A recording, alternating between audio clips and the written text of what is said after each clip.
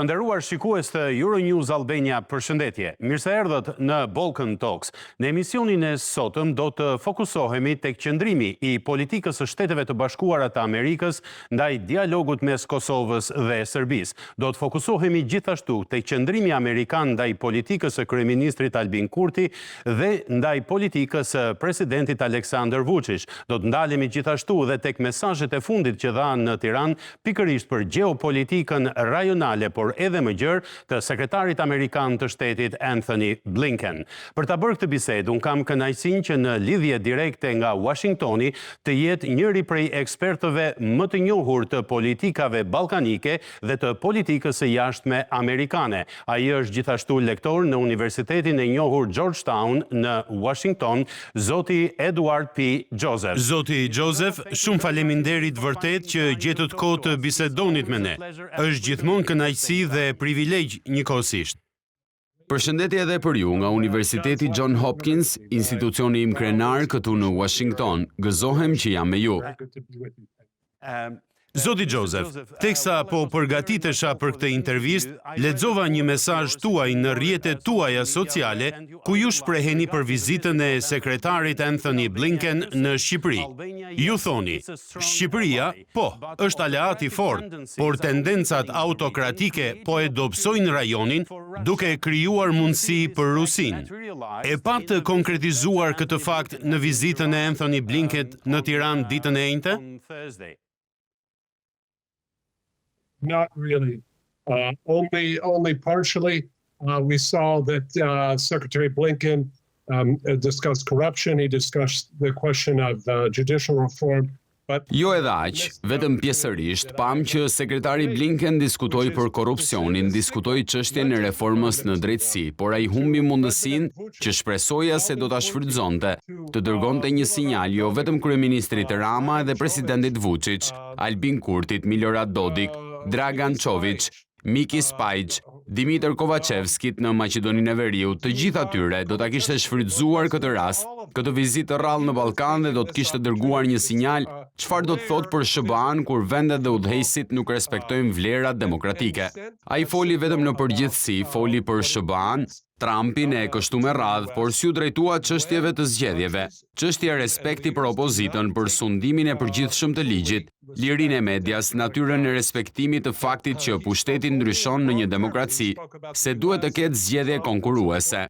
Shikoni, këto janë çështje reale, do ta mbyll tani, por këto janë çështje reale duke pasur parasysh atë që po ndodh në Serbi tani. Pra, këto janë çështje aktuale shumë të rëndësishme dhe ai nuk e shfrytëzoi rastin për t'i cekur. Respecting the fact that power changes in a democracy, that there have to be competitive elections. And look, these are real issues. I'm going to close now, but these are real issues given what's happening in Serbia right now. So these are very, very important current issues, and he did not take the opportunity to touch them. Jo, në thelb, ju cekët çështjen që po bën buj në politikën dhe median shqiptare. Përse zoti Blinken nuk u takua me përfaqësues të opozitës, është një pyetje që po mbetet pa përgjigje në të gjitha studiot televizive anë mban vendit. Cili është qëndrimi juaj për të? TV studios around the country. What is your take on it? A serious mistake. A serious mistake on the part of Secretary Blinken and on the part of his embassy. And the State Department officials. Gabim i rënd nga ana e sekretarit Blinken dhe nga ambasada e tij. Zyrtarët e Departamentit të Shtetit po e këshillonin që kjo është një mundësi e jashtëzakonshme e humbur sigurisht. Pse jo, ka çdo arsye për t'u takuar me figurat e opozitës. Nëse ata zgjidhen, mund të keni një mbledhje me parlamentin. Mund të jetë në rubrikën e kuvendit në mbledhje dhe nuk ka pse të jetë vetëm opozita. Mund të jenë antar të partisë në pushtet dhe opozita në një grup të përzier. Ky është një tregues tjetër shumë serioz i të qenit i butë ndaj pushtetit.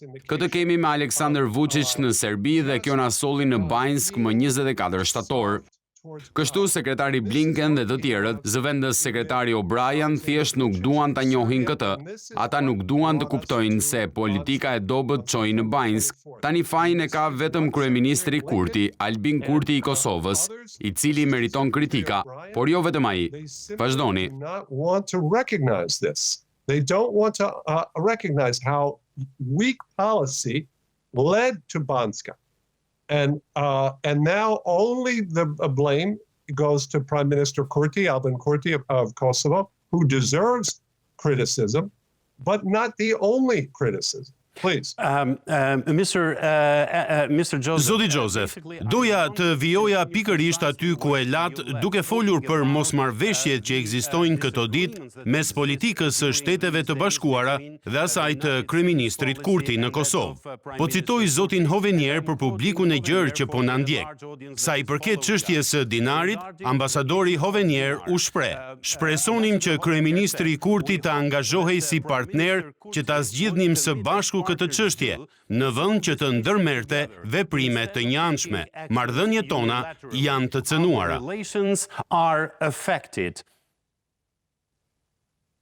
It's very serious criticism from Ambassador Hovenier. It's deserved criticism, and we should remember that Ambassador Hovenier is a friend of Kosovo. And I myself consider myself a friend of Kosovo, and I strongly criticized Prime Minister Kurti for that mistake that he... Është një kritik shumë serioze për ambasadorin Hovenier, është kritik e merituar.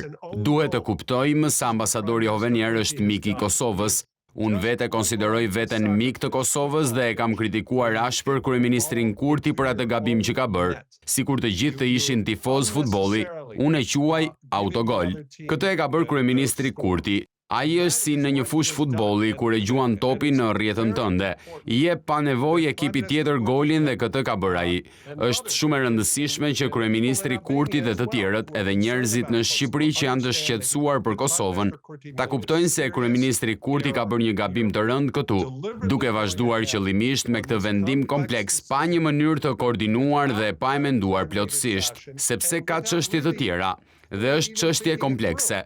Nuk është vetëm një çështje për të thënë, do të shkojmë në Evropë në çast. Çështjet e tyre për taksat, ato çështje për ndikimin në komunitet, në marrëdhëniet dhe për këto, një kryeministër nuk mund të thotë, mirë, unë jam udhëheqësi dhe do të bëj atë që dua. Veçanërisht euroja nuk është as valutë e Kosovës, pra ka detyrim të qëndësishëm të këshillohet me Bashkimin Evropian dhe të punojë me Shtetet e Bashkuara për këtë. Pra ishte një gabim shumë i rëndë dhe më lejoni ta mbyll këtu. E lejoi Aleksandar Vučić të arratisej. I lejoi dhe i krijoi mundësinë që ai ta quante këtë rezolutë speciale të OKB-s të Këshillit të Sigurimit që lejon armiqtë e Kosovës, që është Rusia dhe Kina, të vënë sërish në pikpyetje legitimitetin e Kosovës. Këtë mundësi e krijoi Albin Kurti. Ai e gjuajti topin në rrjetën e vet dhe rrjetën që i përket Serbisë, Rusisë dhe Kinës. Për këtë ai meriton shumë kritika, por Shtetet e Bashkuara sigurisht nuk i bën asnjë kritik Aleksandar Vučić. Vazhdoni. Which are Russia and China to question again the legitimacy of Kosovo. This was Albin Kurti created this opportunity. He kicked the ball in the own net, and the net that belongs to Serbia, Russia, and China. And for that, he deserves a lot of criticism. But the U.S., of course, makes no criticism of Aleksandar Vučić. Please. Zoti Joseph, doja t'ju paraqisja këndvështrimin që zoti Kurti po prezanton në media. Ai thot, nuk mund ta kthejmë këtë vendim. Partnerët tanë amerikan dhe europian thonë se vendimi është i ligjshëm, pasi lufton terrorizmin dhe financimin e veprimtarive të paligjshme, por nuk duhet të nxitojmë në zbatimin e plotë të tij. Kështu do të vazhdojmë edhe gjatë muajit shkurt. Në fund, Kurti u shpreh, siç janë konvertuar targat në RKS, edhe dinari në euro mund të shndrohet më shpejt edhe më lehtë. Pra ai është tej mase i vendosur që ky vendim të qëndrojë. So he is extremely dedicated that this decision will go ahead. Yes. And I think once again, there's no disagreement on the validity of moving towards the euro. There's no disagreement on that. There's no disagreement on other decisions, including about license plates. There's no disagreement as well on the fact that there needed to be Po, mendoj edhe një herë, nuk ka mosmarrveshje për vlefshmërinë e lëvizjes drejt Evropës. Nuk ka asnjë mosmarrveshje për këtë. Nuk ka mosmarrveshje për vendimet e tjera. Përfshir targat, nuk ka mosmarrveshje edhe për faktin se duhen zgjedhje të reja në veri, pasi dolën nga parlamenti serbët e Kosovës. Natyrisht, të gjitha të orkestruara dhe të mbështetura nga Beogradi dhe lista serbe. Nuk ka mosmarrveshje për këto, por ka mosmarrveshje se Albin Kurti këmbgul të përfill atë që i kanë thënë dhe i kanë kërkuar të bëj. Në vend që të punoj, po ju a përsëris, kjo është një çështje komplekse. Përfshin çështje në lidhje me tatimet. Kjo nuk është diçka që i lejon vetes veprime të njëanshme dhe më pas sërish euro. Ç'është euroja? Është një monedhë evropiane. Kjo do të thotë se është bashkimi evropian. Pra, kjo në thelb përfshin detyrimin për të konsultuar dhe për të treguar një përgjegjësi. Së fundmi dua të rikujtoj, pavarësisht çfarë thot ai, shikoni pasojat e veprimit të tij të gjuajtjes së topit në rrjet, duke i dhënë këtë mundësi Serbisë të shkojë në Këshillin e Sigurimit, vendi i fundit ku dëshiron të shkojë Kosova. Pse? Sepse Kosova nuk mund të bëhet antare e Kombeve të Bashkuara, Rusia dhe Kina e bllokojnë. Ata përpiqen të bëjnë rezolutën 1244, ta kthejnë atë. I shikoni përpjekjet e tyre për ta ringjallur rezolutën 1244, e cila vë në pikpyetje pavarësinë themelore të Kosovës. Pra, më lejoni ta mbyll këtu dhe të them këtë. Kjo është ironia. Albin Kurti mendon se po e pohon sovranitetin e Kosovës.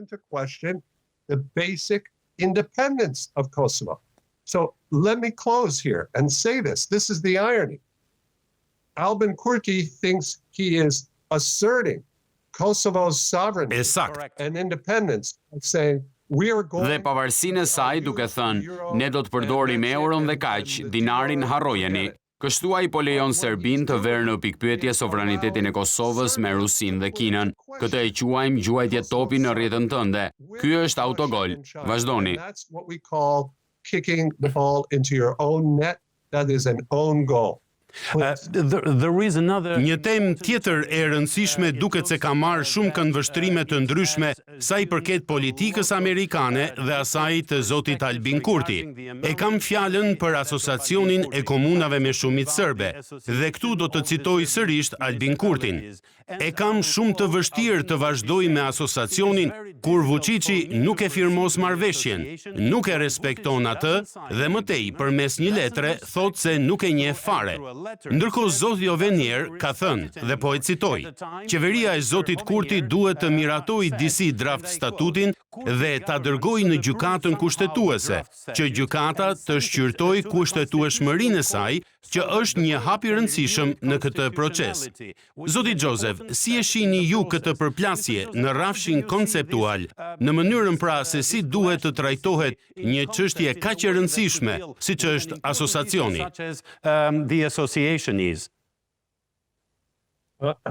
I'll tell you. In fact, both are right. Both Ambassador Hovenier and Prime Minister Kurti are right.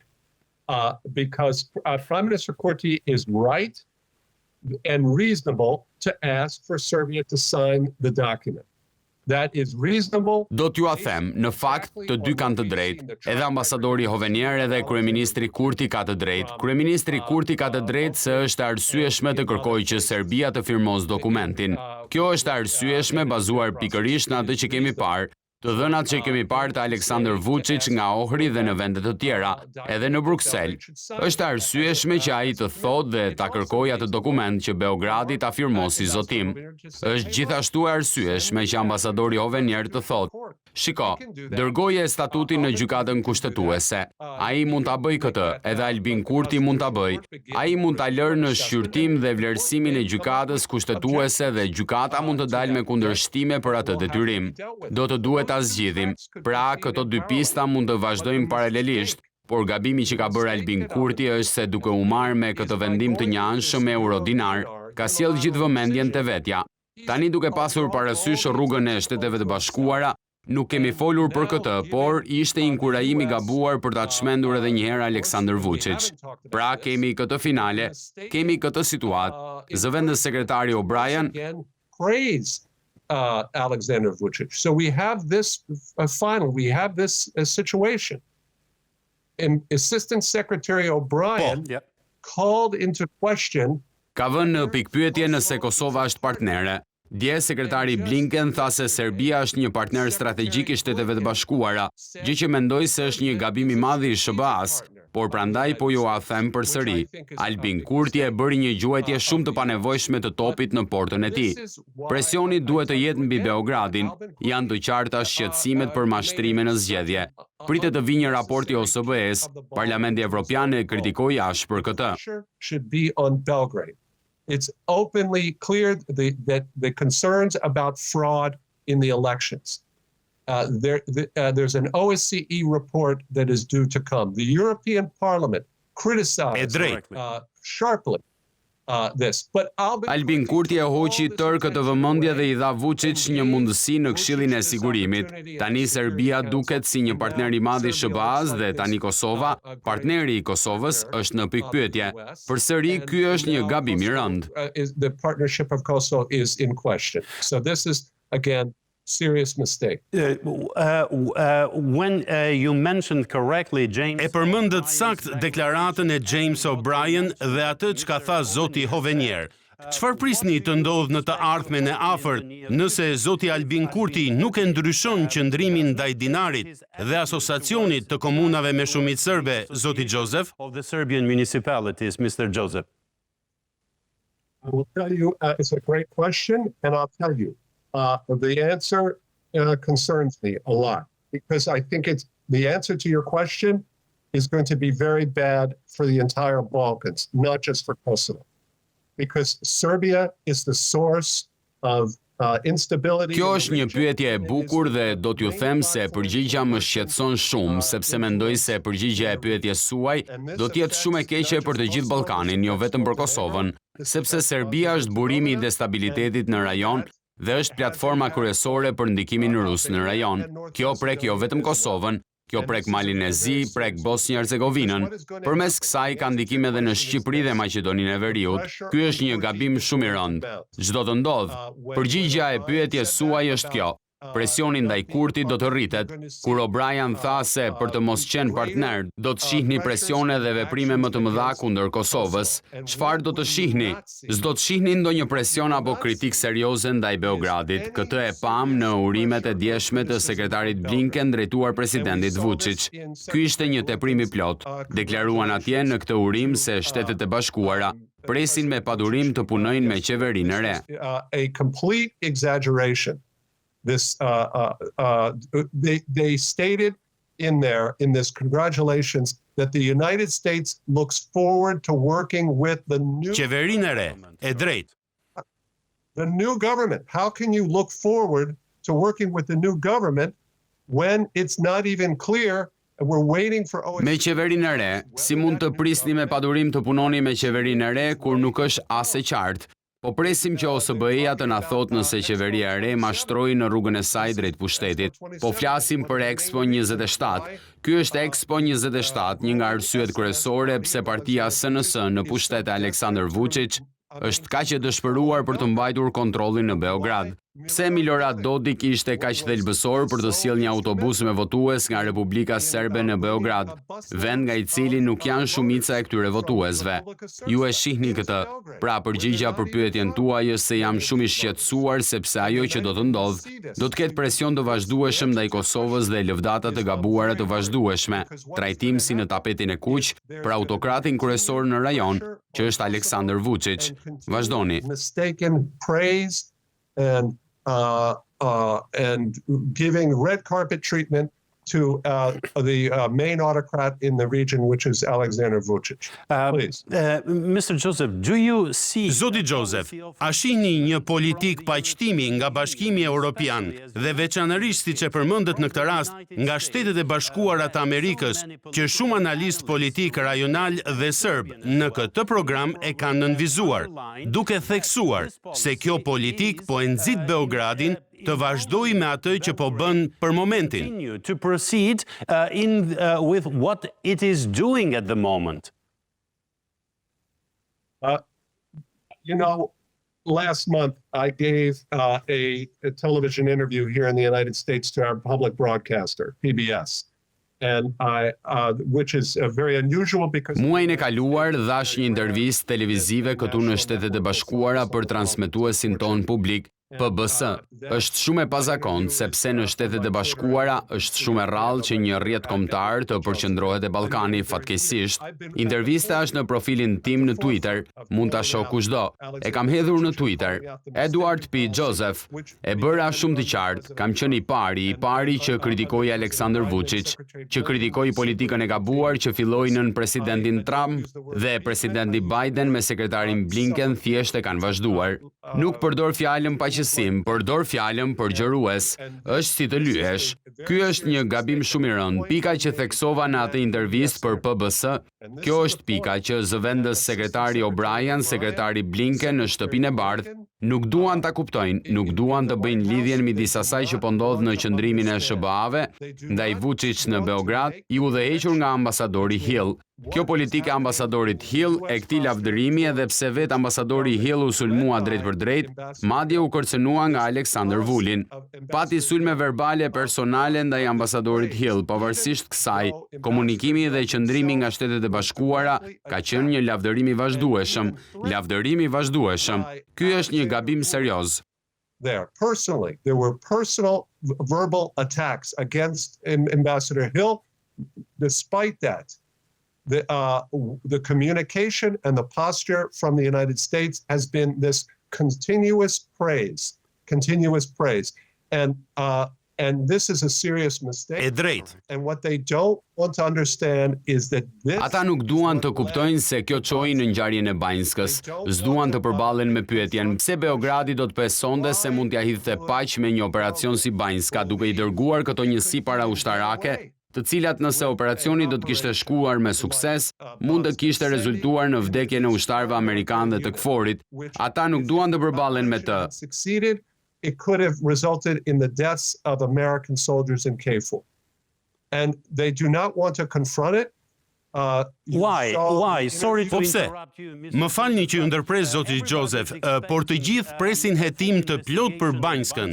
Edhe James O'Brien e nënvizoi në mesazhin e tij se duam që qeveria serbe ta hetojë seriozisht, por tani pas 4 apo 5 muajsh ende nuk i kemi rezultatet e këtij hetimi të plot. Pa përmendur më tej se çfarë tha zoti Cameron apo çfarë thon gjermanët për këtë çështje. Pra Banjska, që tregon aq shumë nga qëndrimi që mban Serbia ndaj Kosovës në thelb, duket sikur është anashkaluar. Serbia maintains towards Kosovo is basically stepped aside. You're right. You're absolutely right. And the answer to your question is in this recent interview by James O'Brien with Voice of America. Keni të drejtë, keni absolutisht të drejtë. Përgjigjja për pyetjen tuaj është në këtë intervistë të fundit nga James O'Brien me zërin e Amerikës. E pyetën për Banjskën, përgjigjja e tij ishte shumë e qartë. Ai e hodhi fajin, pra e deklaroi fajin, por faji i shkoi dikujt që quhej Aleksandar. Por Aleksandri nuk ishte Vučić. Aleksandri që fajsoi James O'Brien ishte Aleksandar Vulin.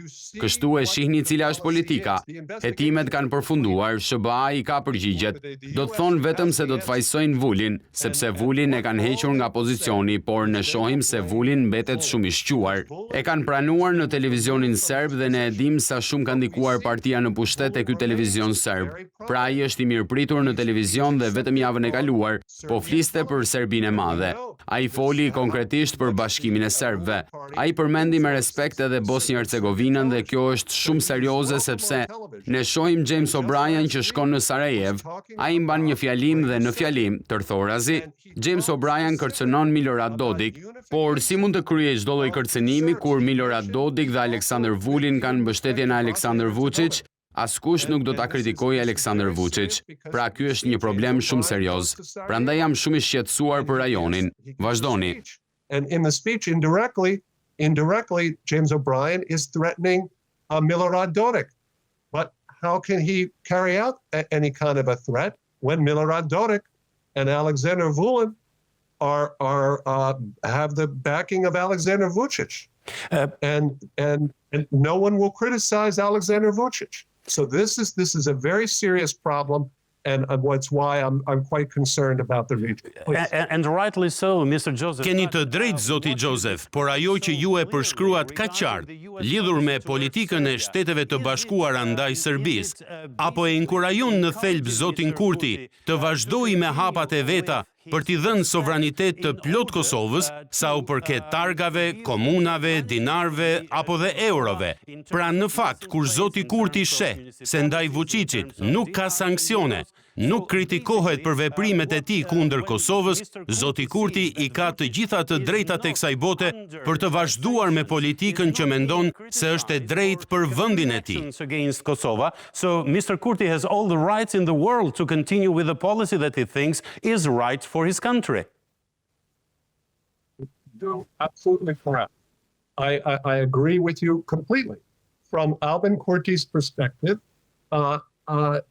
he sees what's going on. He sees Albin Kurti is correct in that sense. He sees, and these are my own words. These are not Prime Minister Kurti's words. I have said this even before Prime Minister Kurti, even before he was elected or re-elected. We see the policy of the United States is to give the worst actor, which is the Serbia. Absolutisht e sakt, jam plotësisht dakord me ju, nga këndvështrimi i Albin Kurtit. Ai e shet ç'ndodh, Albin Kurti është i sakt në këtë kuptim. Këto janë fjalët e mia, nuk janë fjalë të kryeministrit Kurti. Këtë e kam thënë edhe para kryeministrit Kurti edhe para se të zgjidhej apo të rizgjidhej. Shohim politikën e Shteteve të Bashkuara, që është i jap aktorit më të keq, që është regjimi autokratik serb i udhëhequr nga Aleksandar Vučić. Pra politika e SHBA-s është i jap aktorit më të keq trajtimin më të mirë. Pra, aktori, dhe kjo përfshin me qira fjala jo vetëm qëndrimet proruse, jo vetëm destabilizimin rajonal, por edhe çështjen e korrupsionit. Në Shqipëri, Shtetet e Bashkuara sanksionuan Sali Berishën, që s'është as në pushtet. Flet për korrupsionin në të gjitha vendet. Shohim në Shkup, ambasadori i SHBA-s vazhdimisht i bën presion qeverisë për korrupsionin. Ne shohim në Bosnjë-Hercegovinë, Eskobari flet vazhdimisht për korrupsionin. Çfarë po flasim për korrupsionin? Kur është hera e fundit që ambasadori Hill përmendi korrupsionin në Beograd? Ne pam, më lejoni ta them këtë, rezultatet e indeksit të transparencës ndërkombëtare të korrupsionit. Serbia është në vendin e 104 në atë listë. Kjo do të thotë se Serbia është shumë më keq se Shqipëria, shumë më keq se të gjithë fqinjët e Serbisë, përfshirë Bosnjë-Hercegovinën. Pse? Sepse Bosnjë-Hercegovina është një vend me një kushtetutë jo funksionale. Pra s'është e drejtë të krahasohet, pra Serbia është aktori më i keq për korrupsionin në rajon, në vendin 104. Kjo do të thotë se Serbia është më afër Somalisë në fund të listës se sa Danimarkës në krye të listës. Ne shohim që Shtetet e Bashkuara se përmendin fare këtë. Kështu po, kjo e nxit Albin Kurtin, i cili thotë, shikoni, s'po bëni asgjë kundër Serbisë. E njëjta gjë ndodh me aktorët e tjerë në Bosnjë-Hercegovinë. Pse duhet të shqetësohet Milorad Dodik për ndonjë veprim serioz? Kur shes se kanë frikë të thonë ndonjë gjë për Vučić dhe kur Milorad Dodik ka ndihmuar Aleksandar Vučić të fitojë këto zgjedhje të fundit. Vazhdoni. Why should Milorad Dodik be concerned about some serious action when he sees that they're afraid to say anything about Vučić, and when Milorad Dodik has helped Aleksandar Vučić win in these recent elections? Please. And probably my final question to you, Mr. Ndoshta pyetja ime e fundit për ju, zoti Joseph, sepse kur unë flas me ju, koha vërtet fluturon. Pyetja është shumë e drejtë për drejtë. Serbia po armatoset. E pam presidentin Vučić të ndante gati 800 milion euro për prodhimin e pajisjeve ushtarake vetëm brenda vendit. Madje dhe pak ditë më parë, ai prezantoi drone dhe armë të tjera të sofistikuara që i kishte blerë nga Rusia. Ky fakt, a e shqetëson Shtetet e Bashkuara të Amerikës, pra kjo marrëdhënie kaq e ngushtë që Vučići as e fsheh fare? Of America, this close relationship that Vučić does not even hide at all. It's a very important question that you ask, because Serbia is the country that started on this arms buildup. The one good thing is that we saw the U.S. government announce that it will provide the Javelin anti-tank missiles for Kosovo. Është një pyetje shumë e rëndësishme nga ana juaj, sepse Serbia është vendi që filloi këtë ngritje të armëve. E vetmja gjë e mirë është se pam që qeveria amerikane njoftoi se do të sigurojë shtizën dhe tanke NI në Kosovë. Ky ishte një hap i mirë dhe i nevojshëm, një hap pozitiv. Më lejoni ta shpjegoj shpejt arsyen përse po e bën gjithë këtë Shtetet e Bashkuara. Po ta kishit ambasadorin Hill në këtë program dhe po të fliste hapur me ju si unë, do t'ju them përgjigjen që do t'ju jepte ai. Do t'ju thoshte: "S'mund të bëjmë asgjë për Aleksandar Vučić. Ai është në pushtet, kështu që s'duhet të merremi me të." Ai do të thoshte: "Shikoni, e lejuam të merrte municion serb për të shkuar në Ukrainë. Ukraina ka nevojë për atë municion dhe kjo është shumë e rëndësishme për ne. Pra, municioni atje sigurisht bën gjëra të tjera, por të paktën po e çon këtë municion në Ukrainë. Tani cila është përgjigjja ime për këtë? Ky nuk është municion bamirësie që shkon në Ukrainë nga Serbia, nuk është bamirësi. Serbia fiton shumë para nga kjo. Pra, ky nuk është një hap bamirës, kjo është e para. E dyta, shohim që Rusia pranon që ky municion të shkojë në Ukrainë. Pra, pse po ndalemi me këtë? Pse e miratojmë Aleksandar Vučić? Po fitoni shumë para duke e çuar këtë municion në Ukrainë, gjë që është shumë e rëndësishme. Kështu, do t'ju inkurajojmë të bëni për Rusinë gjithçka doni tjetër. Do t'ju lëmë të prezantoni Rusia sot. Do t'ju lejojmë të prezantoni Sputnikun. Do t'ju lejojmë të lejoni Aleksandar Vulin të promovojë. We will let you host Sputnik. We will let you still allow Alexander Vulin to promote Një Serbi e madhe. So why are they doing this? This is the mistake. This is really something that Një Serbi të madhe. Pra, pse po e bëni këtë? Ky është gabimi. Kjo është vërtet diçka që shumë njerëz në rajon dhe këtu në Shtetet e Bashkuara nuk mund ta kuptojnë. Kjo po lejon manipulimin e Shteteve të Bashkuara nga një vend i vogël, Serbia, që ndryshe nga Rusia, nuk ka armë bërthamore, nuk ka sasi të konsiderueshme burimesh energjetike. Është e rrethuar nga antarë të NATO-s dhe vende që duan të antarësohen në NATO, si Kosova, dhe nuk ka kuptim pse Shtetet e Bashkuara duhet të veprojnë në një mënyrë kaq të dobët, në një moment kaq kritik në këtë histori të Evropës. Vazhdoni. The United States should act in such a weak fashion at such a critical moment in this Europe's history, please. Zoti Joseph, faleminderit shumë vërtet për kohën dhe për pikpamjet që ndat me shikuesit e Euronews Albania. Ju jam jashtëzakonisht mirënjohës. Shumë faleminderit. Faleminderit Franco, është gjithmonë kënaqësi të përgjigjem pyetjeve tuaja të shkëlqyera. Faleminderit shumë. Të nderuar shikues të Euronews Albania, ky ishte Balkan Talks për ditën e sotme. Deri në takimin ton të radhës, nga unë Franco Egro, faleminderit për vëmendjen dhe miru takofshim.